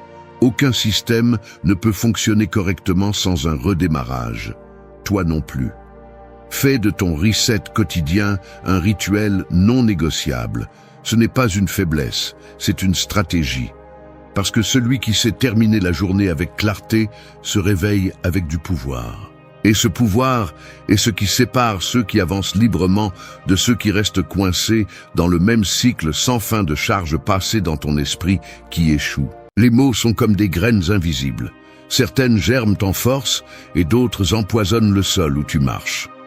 Ce que tu te dis à toi-même ne disparaît pas. Il reste battant dans ton esprit, façonnant tes émotions, ta biologie et même la façon dont tu affrontes la vie. Chaque phrase que tu répètes est un ordre que ton corps obéit, un commandement qui dirige ton destin sans que tu t'en rendes compte. Le stoïcisme l'a mieux compris que quiconque. Marc Aurèle écrivait pour se rappeler à lui-même ce qu'il devait résister, ce qu'il devait cultiver, parce qu'il savait que le dialogue interne est un entraînement quotidien. Ce ne sont pas des mots en l'air, ce sont des coups de marteau qui forgent le caractère. Et aujourd'hui, les neurosciences le confirment. Ce que tu répètes dans ton esprit reconfigure ton cerveau, altère tes émotions et détermine si tu avances ou si tu abandonnes. Il n'y a pas de neutralité. Tout ce que tu te dis te renforce ou te détruit. Quand tu te répètes « je ne peux pas », ta biologie se prépare à échouer. Quand tu affirmes « je suis capable », ton corps active les ressources pour y parvenir. C'est la différence entre ceux qui sombrent face à la peur et ceux qui la transforment en carburant. Tu décides à quelle voie donner le pouvoir, celle qui t'enchaîne ou celle qui te libère. Cette vidéo ne parle pas de phrases vides pour te motiver un instant, mais de discipline quotidienne, d'un langage entraîné avec clarté et fermeté. Le stoïcisme enseigne que tu ne choisis pas les circonstances, mais bien les mots avec lesquels tu décides de les affronter. Et en le faisant, tu choisis aussi la façon dont ta vie se construit. Reste jusqu'à la fin, car ici, tu découvriras comment diriger ton langage comme ton arme la plus puissante, pour cesser d'être prisonnier de tes émotions et devenir l'architecte conscient de ton propre destin, aussi simple que ça. 1. Parle-toi comme ton meilleur allié. Un soldat en plein combat n'écoute pas l'ennemi pour décider s'il continue à se battre. Il s'accroche à la voix de son commandant. Maintenant, pense. Que se passe-t-il si ce commandant vit en toi et au lieu de donner des ordres de courage, il te crie de te rendre? C'est le piège du dialogue interne. Tu deviens ton pire saboteur lorsque ta propre voix répète les défaites avant même que le combat ne commence. En revanche, si tu apprends à te parler comme ton meilleur allié, cette voix devient un bouclier qui arrête le doute et une épée qui ouvre la voie à travers l'incertitude. Le stoïcisme a toujours averti que tu ne peux pas contrôler le monde extérieur, mais tu peux contrôler ce que tu te dis à toi-même à son sujet. Sénèque l'a exprimé clairement. Les hommes se tourmentent plus avec leur imagination qu'avec la réalité. Cela signifie que l'ennemi le plus redoutable n'est pas l'adversité, mais l'écho interne qui la magnifie. C'est là que la neuroscience entre en jeu. Les pensées répétées activent des voies neuronales qui, avec le temps, deviennent des autoroutes automatiques. Être ton meilleur allié ne signifie pas te maquiller avec des phrases vides, mais te rappeler des vérités qui soutiennent ta progression. Ce n'est pas la même chose de dire « je ne peux pas » que de dire « je ne le maîtrise pas encore, mais je m'entraîne ». Cette nuance change la chimie de ton cerveau, réduit le cortisol et augmente la dopamine, facilitant la préparation de ton corps à l'effort. La science et la philosophie sont d'accord. Les mots que tu choisis déterminent l'énergie que tu ressens et les décisions que tu prends. La pratique exige de la discipline. Lorsque ton esprit t'attaque avec des pensées de défaite, réponds-toi comme tu répondrais à un ami que tu ne laisserais pas sombrer. Il ne s'agit pas de te tromper toi-même, mais de te mettre du côté de ton objectif. Te parler comme ton meilleur allié, c'est te répéter avec fermeté « je peux résister, je peux apprendre, je peux continuer ». Le stoïcien ne cherche pas la compassion dans sa voix intérieure, il cherche la force. Il ne se dit pas ce qu'il veut entendre pour se sentir à l'aise, il se dit ce qu'il a besoin d'entendre pour rester debout. Fais l'expérience. Pendant une journée entière, observe comment tu te parles dans les moments de difficulté. Détecte les phrases de reddition et remplace-les par des commandes de résistance. Ce n'est pas « je ne suis pas bon à ça », c'est « j'apprends à le maîtriser ». Ce n'est pas « j'échoue toujours », c'est « chaque tentative me rapproche de la maîtrise ». En le répétant, tu ne changes pas seulement le dialogue, tu changes la voie neuronale, la réponse émotionnelle et la perception de la réalité. C'est là le véritable pouvoir de la parole. L'allié interne s'entraîne comme un muscle. Au début, c'est difficile, parce que les voix de la peur sont plus bruyantes. Mais si tu insistes, ton esprit apprendra à obéir à la voix qui ordonne d'avancer et à ignorer celle qui murmure de se rendre. Alors tu découvriras que, lorsque ton langage interne devient un allié, tu ne marches plus seul. Tu portes en toi une armée prête à te rappeler que tu es plus fort que tu ne l'imagines. 2. Déclare ce que tu veux être, pas ce que tu crains. La mer répond au vent qui la pousse.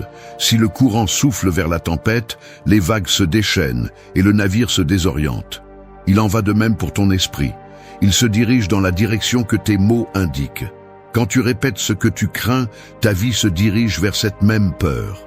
Dire « je ne veux pas échouer » maintient ton attention fixée sur l'échec, prépare ton corps à celui-ci et, sans t'en rendre compte, te rapproche du résultat que tu voulais éviter. Mais quand tu déclares avec force « je veux relever ce défi », ton énergie s'organise et ton action s'aligne sur la réussite. Le stoïcisme l'enseigne clairement. Épictète affirmait que ce ne sont pas les choses qui perturbent l'homme, mais les idées qu'il a d'elles. Cette sentence est un rappel que ce que tu déclares ne décrit pas seulement, cela détermine aussi. Tes mots sont le filtre qui décide si un obstacle devient une catastrophe ou une opportunité. Quand tu affirmes par peur, tu nourris des chaînes qui te lient au doute.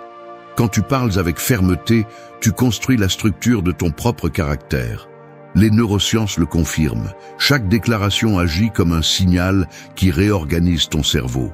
C'est pourquoi tu dois surveiller ton langage avec la même discipline qu'un soldat surveille son armure. Il ne suffit pas de savoir ce que tu ne veux pas, tu dois déclarer ce que tu désires. La différence semble subtile, mais elle est cruciale.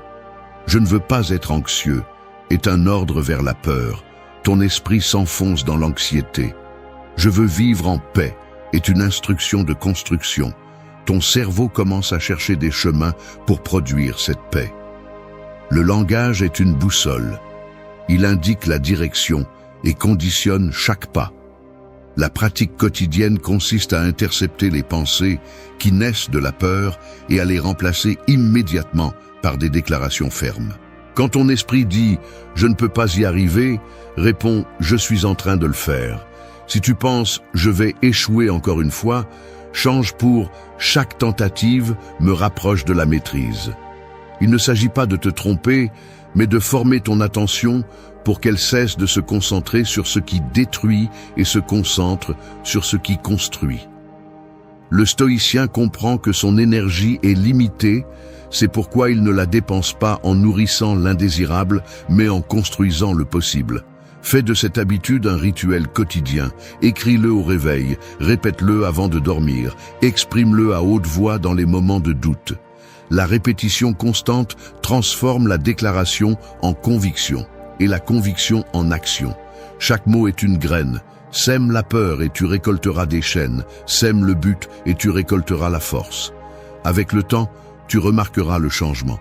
Déclarer ce que tu veux être ne modifie pas seulement ton dialogue interne, cela change aussi la façon dont les autres te perçoivent. Les gens répondent à ton énergie, et quand ton langage reflète la clarté et la direction, ton environnement commence à s'aligner sur cette force. L'externe finit par répondre à l'interne. 3. Affronte la peur avec une action immédiate. Le feu ne s'éteint jamais en le regardant fixement. Il s'éteint lorsque tu y jettes de l'eau ou que tu le recouvres de terre. Il en va de même pour la peur. Plus tu l'observes et que tu y réfléchis, plus elle se nourrit, plus elle grandit, plus elle consume. En revanche, lorsque tu agis immédiatement, lorsque tu fais un pas, même si ta voix tremble et que ton corps se secoue, la peur commence à se dégonfler. Non pas parce qu'elle disparaît, mais parce qu'elle découvre qu'elle ne te domine plus. Les stoïciens le savaient. Marc Aurèle écrivait que la meilleure façon de vaincre l'angoisse est de faire face à ce qui la provoque, et non de fuir. La peur est comme une ombre. Elle semble énorme tant que tu fuis, mais lorsque tu te retournes et marches vers la lumière, elle rétrécit jusqu'à devenir insignifiante. Les neurosciences expliquent ce phénomène avec précision.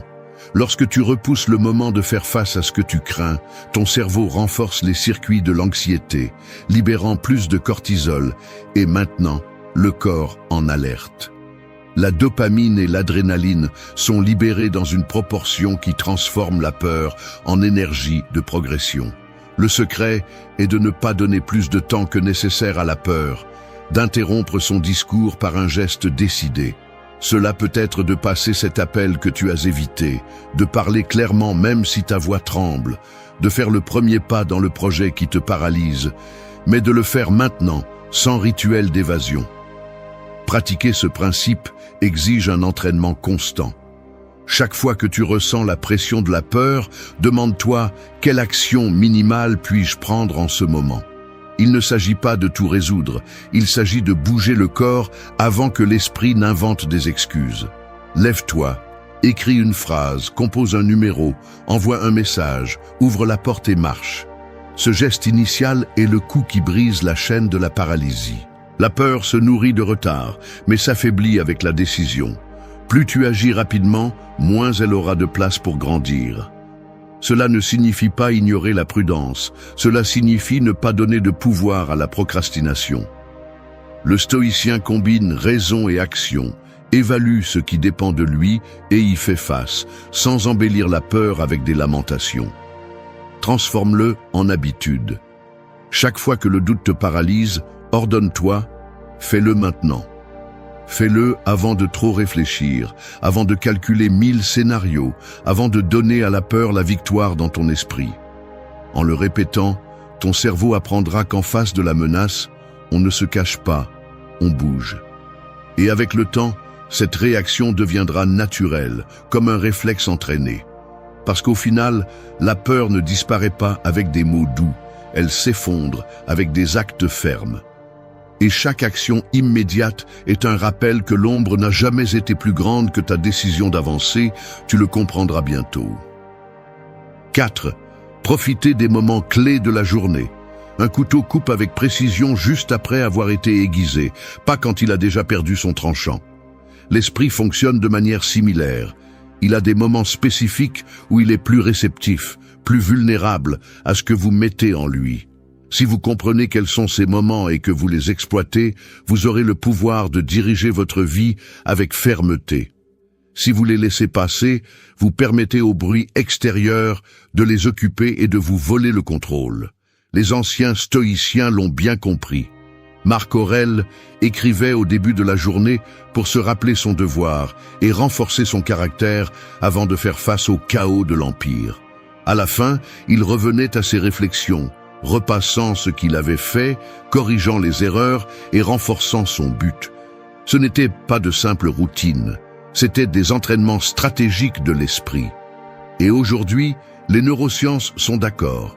Au réveil et avant de dormir, le cerveau entre dans les ondes alpha et θ, des états de plus grande plasticité où chaque pensée ou mot pénètre avec plus de force. Cela signifie que chaque matin et chaque soir, vous êtes confronté à une décision silencieuse, semer le chaos ou semer le but. Si au réveil, la première chose que vous consommez est la distraction, les mauvaises nouvelles ou les plaintes, vous programmez votre journée pour l'anxiété. Si la dernière chose avant de dormir est la peur, la frustration ou les plaintes, votre inconscient le multiplie pendant la nuit.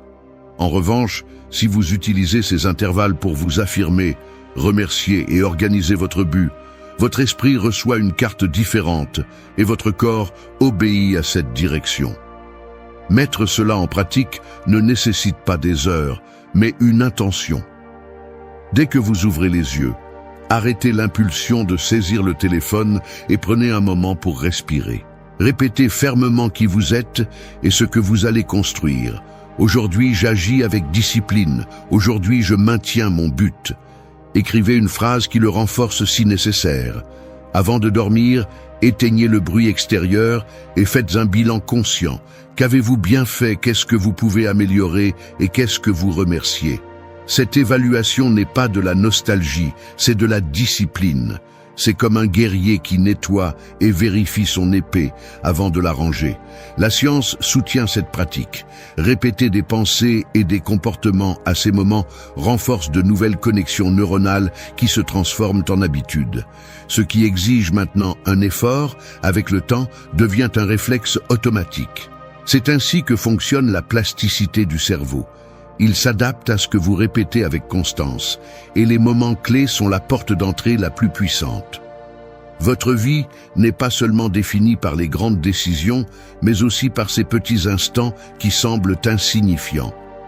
En profiter signifie aiguiser l'esprit au début et à la fin de chaque journée.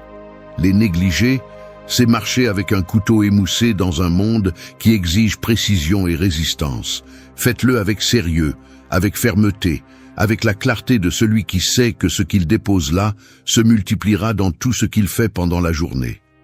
Parce qu'une épée bien aiguisée coupe d'un seul coup et un esprit entraîné à ses intervalles devient une arme invincible face à n'importe quelle tempête. Essayez de le comprendre. 5. Joins tes affirmations avec émotion et gratitude.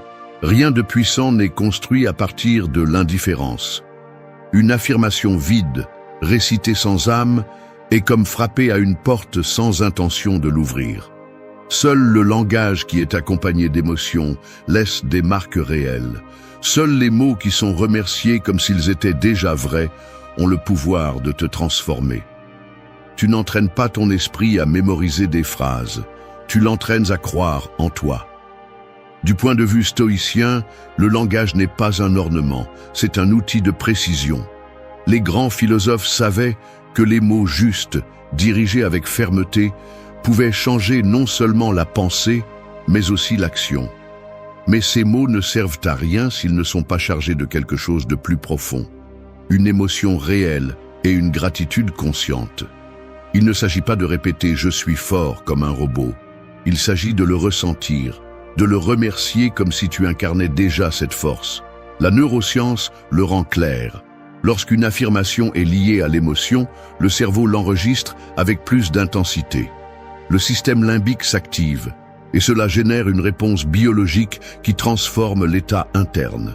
Si on y ajoute la gratitude, un changement encore plus puissant se produit. Remercier ce que tu affirmes, comme si c'était déjà en train de se produire, modifie ta perception, réduit l'anxiété et améliore la concentration. Au lieu d'attendre des résultats pour te sentir bien, tu choisis de te sentir bien pour accélérer les résultats. Intègre cette pratique avec discipline. N'affirme pas par nécessité, fais-le par décision. Change le « je veux avoir la paix » par « je ressens la paix en ce moment et je suis reconnaissant de l'avoir en moi ». Au lieu de dire « je vais essayer d'être discipliné », affirme « je suis déjà en train d'agir avec discipline et je suis reconnaissant pour chaque pas que je fais ». Ton cerveau écoute cet ordre, y croit et répond. Fais-le tous les jours, non pas comme un acte superficiel, mais comme un entraînement. Au réveil, ne commence pas la journée avec apathie ou avec des pensées au hasard. Affirme avec force et accompagne chaque mot d'une émotion qui le soutient. Remercie ce que tu déclares, non pas comme une fantaisie, mais comme une décision consciente de te diriger vers cela. Avant de dormir, répète-le une fois de plus. Termine la journée avec des affirmations renforcées par la gratitude d'avoir progressé. Merci pour la patience que j'ai cultivée aujourd'hui. Merci de m'être maintenu ferme au milieu de la fatigue. Ce langage ne renforce pas seulement ton caractère, il entraîne aussi ton système nerveux à soutenir des émotions utiles et productives. Il est inutile de répéter de belles phrases si tu ne les ressens pas. Il ne s'agit pas de convaincre le monde, il s'agit de te convaincre toi-même. Parce que ce que tu affirmes avec gratitude s'intègre plus rapidement, s'enregistre plus profondément et se manifeste plus clairement dans tes actions. Celui qui unit ces mots avec émotion crée un impact. Celui qui les combine avec gratitude crée une transformation. C'est la véritable alchimie du langage, et c'est la façon dont tu arrêtes de répéter des promesses vides pour commencer à construire une identité forte, stoïcienne et consciente. 6. Donne des ordres à tes émotions, ne les négocie pas. Une meute ne se calme pas en lui demandant gentiment de s'asseoir. Elle se contrôle avec autorité. Il en va de même pour tes émotions. Si tu ne leur parles pas fermement, elles prennent le volant de ta vie et te traînent sans contrôle. Leur demander la permission d'agir, c'est leur rendre le pouvoir. Tu n'es pas ici pour négocier avec ce que tu ressens, tu es ici pour prendre le commandement, donner des ordres clairs et faire en sorte que ton esprit obéisse. Le stoïcisme n'a jamais nié les émotions, mais les a remises à leur place. Épictète enseignait que tu n'es pas responsable de ce que tu ressens sur le moment, mais bien de ce que tu fais avec. Si la colère apparaît, ce n'est pas le problème. Le problème est de la laisser s'exprimer sans filtre. Si la peur apparaît, ce n'est pas un échec. L'échec est de lui permettre de décider pour toi. La différence entre un sage et une personne dominée est que le premier parle à son émotion et lui fixe des limites. Il ne se laisse pas entraîner. Il ne demande pas s'il peut agir. Il agit à partir de la raison. Les neurosciences le soutiennent également. Lorsqu'une émotion intense surgit, ton système limbique prend le contrôle. Mais si tu interviens avec un langage direct, si tu te parles clairement, tu actives le lobe préfrontal, la zone du cerveau qui régule, qui évalue, qui prend des décisions.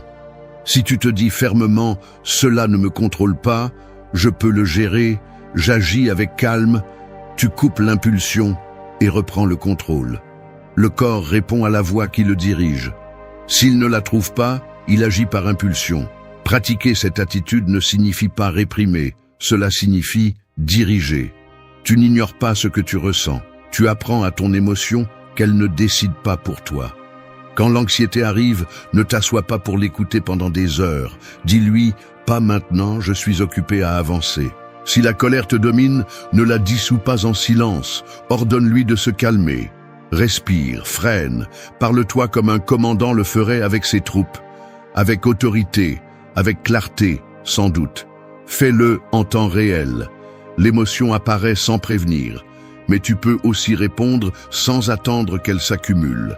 Des phrases comme « Cela ne définit pas qui je suis. Ma réaction est mon pouvoir. Maintenant je commande » ne sont pas des clichés, ce sont des outils. Utilise-les. Écris-les. Aie-les prêtes. Entraîne ton esprit comme tu entraînerais un animal sauvage. Sans peur, mais avec force.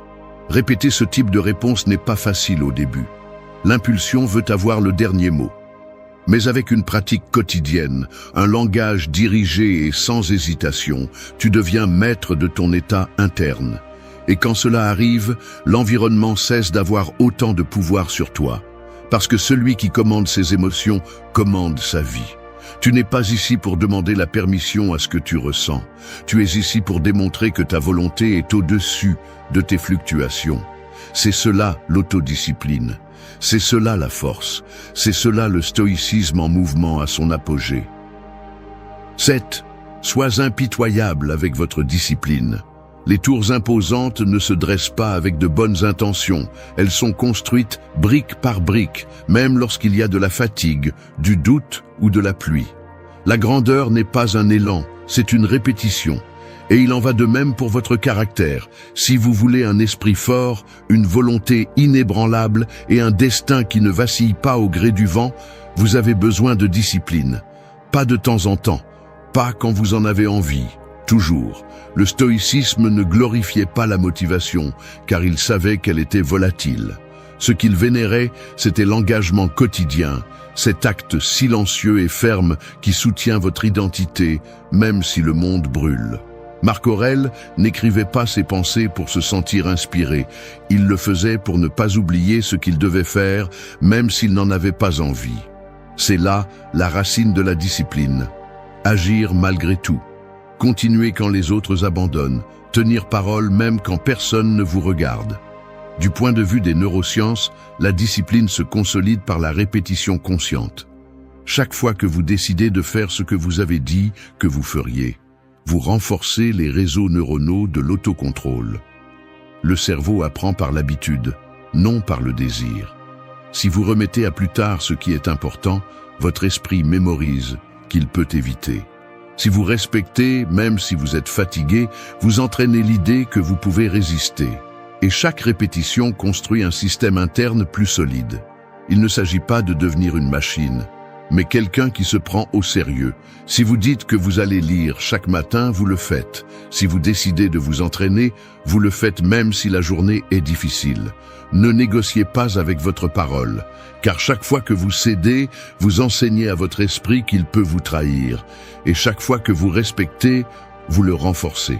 Être impitoyable ne signifie pas être inflexible avec vos émotions, mais être fidèle à vos décisions.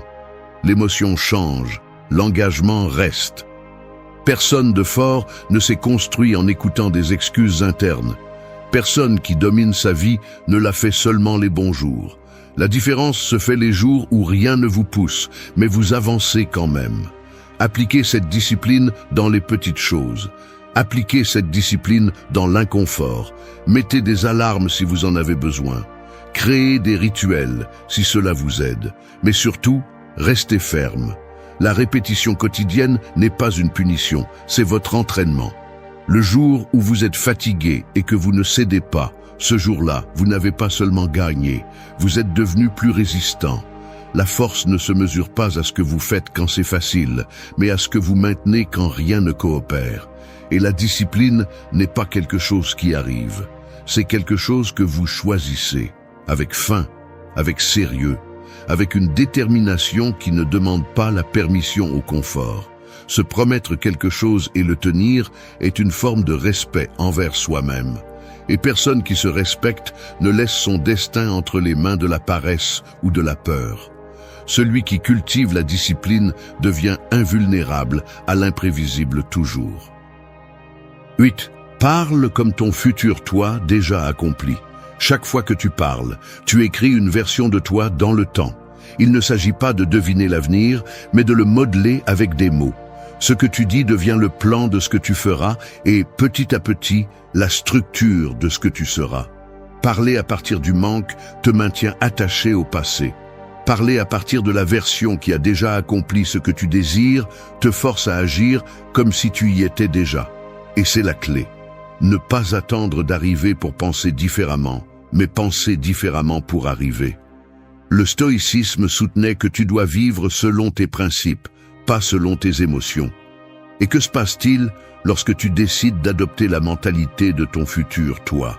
Tu commences à bouger avec plus de direction. Épictète enseignait qu'il ne suffit pas de savoir ce qui est juste, il faut agir comme si tu étais déjà la personne que tu veux être. Alors, comment parlerait quelqu'un qui a déjà surmonté ce que tu affrontes aujourd'hui? Les neurosciences parlent de la visualisation incarnée. Lorsque tu te vois dans le futur agissant avec maîtrise, ton cerveau ne distingue pas entre imagination et réalité. Et si en plus tu parles comme cette version, tu provoques un changement physique et mental. Le langage oriente la perception, et cette perception conditionne ton comportement. Si tu répètes constamment « je ne suis pas capable », ton corps répond avec insécurité. Si tu dis « je progresse déjà vers ma meilleure version », ton système nerveux réagit avec plus d'énergie, de détermination et de clarté. Ce n'est pas du théâtre, c'est de l'entraînement. C'est choisir de raconter ton présent depuis l'endroit où tu vas, pas depuis celui qui te retient encore. Dire « je suis un leader en formation » est plus puissant que « j'espère pouvoir diriger un jour ». Affirmer « mon esprit se renforce à chaque défi » est beaucoup plus utile que « j'ai du mal à rester calme ». Faisant partie de ta routine. Lorsque tu fais face à une situation difficile, demande-toi « comment réagirait mon moi fort ?» Que dirait cette version de moi qui se maîtrise déjà, qui a déjà la paix, qui a déjà accompli ce que je veux maintenant? Utilise son langage, adopte son ton, ressens-le comme réel. Ce n'est pas faire semblant, c'est décider d'agir à partir de ton potentiel, pas de ton doute. Fais-le aussi lorsque tu te parles en silence. Évite des expressions comme « je ne peux plus »,« ça m'arrive toujours » ou « je ne suis pas fait pour ça ». Ce sont des chaînes. Remplace-les par des affirmations du moi qui a déjà appris, qui a déjà grandi et qui s'est déjà relevé. Je progresse, j'apprends, je maîtrise cette étape. Cela ne te guide pas seulement, cela te transforme aussi. Parler comme ton futur toi n'est pas un jeu de mots, c'est un acte d'engagement. C'est te prouver que tu es sérieux. Parce que si tu parles comme quelqu'un qui est déjà arrivé, tu marches comme quelqu'un qui ne renonce pas. Et cette cohérence est celle qui finit par transformer ta vision en réalité. 9. Construis ton identité avec des mots fermes. Des fondations faibles ne soutiennent pas de grands bâtiments. Chaque structure a besoin d'une base qui ne tremble pas, même quand tout le reste le fait. Ton identité fonctionne de la même manière.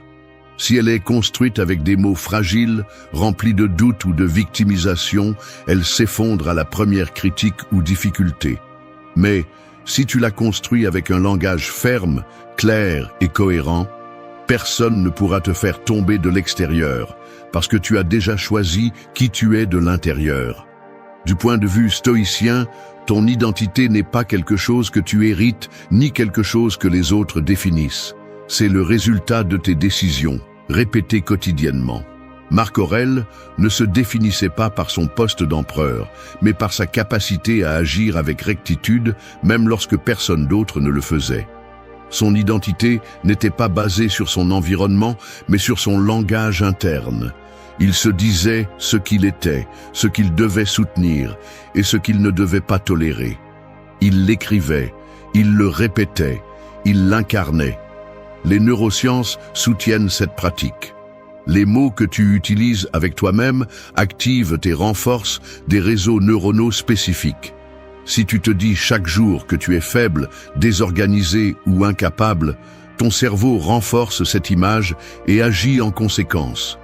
Mais si tu répètes clairement « je suis discipliné, je suis résilient, je suis cohérent », ton système nerveux commence à aligner tes émotions, pensées et comportements avec cette idée. L'erreur de beaucoup est d'attendre de se sentir différent pour commencer à parler différemment. Mais la séquence correcte est l'inverse. Change le mot et ensuite change l'état. Si tu dis toujours « je suis comme ça, je ne peux jamais, j'ai de la malchance », tu enfermes ton identité dans une prison verbale. Et tant que tu continues à répéter cette histoire, tu continues à vivre à l'intérieur. Ta pratique quotidienne doit commencer par un acte de déclaration. Qui es-tu? Qui choisis-tu d'être? Écris-le, dis-le, rappelle-toi. Je suis une personne qui tient ses promesses. Je suis quelqu'un qui agit avec détermination. Je suis un esprit fort, un corps ferme et une parole stable. Ce n'est pas de l'arrogance, c'est une décision. C'est tracer la carte avant de prendre la route.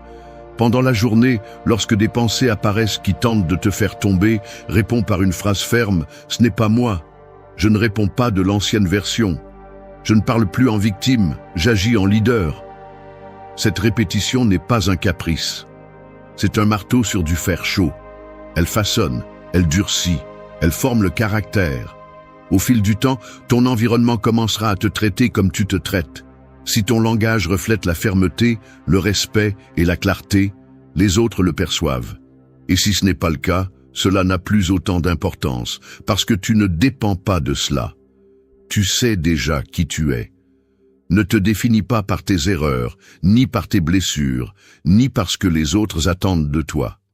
Définis qui tu es avec des mots fermes et soutiens-les par des actions. Parce que tout grand bâtiment commence par une base. Et dans ton cas, cette base est construite avec chaque mot que tu choisis pour parler de toi. 10. Sème ta réalité avec chaque déclaration. Le champ ne demande pas si la graine est bonne ou mauvaise. Il obéit simplement. Ce que tu sèmes grandit. C'est ainsi que fonctionne ton esprit. Il ne distingue pas ce que tu dis par habitude de ce que tu dis avec intention. Chaque mot que tu prononces, surtout sur toi-même, est une graine jetée sur le terrain de ton destin. Tôt ou tard, elle germe. Et quand elle le fait, tu ne peux pas blâmer le monde pour les fruits que tu récoltes. Les stoïciens savaient que tout commence par le langage. Marc Aurèle n'utilisait pas ses écrits comme exutoires, il les utilisait comme s'ils étaient des ordres. Ces mots étaient des instruments pour rester ferme, concentré et résistant. Il savait que ce que tu répètes devient structure, que ce que tu nommes constamment finit par te définir, et c'est pourquoi il était prudent avec ce qu'il disait, aussi bien à voix haute qu'en silence. Aujourd'hui, les neurosciences confirment que chaque déclaration active des voies neuronales. Ce que tu dis se transforme en modèle. Si tu répètes « tout va mal pour moi », tu crées un réseau neuronal qui renforce cette perception. Si tu déclares « je trouve des solutions avec calme », ton cerveau cherche du soutien dans les expériences passées, réorganise l'attention et améliore ta capacité de réponse. L'esprit agit en fonction du langage qu'il entend.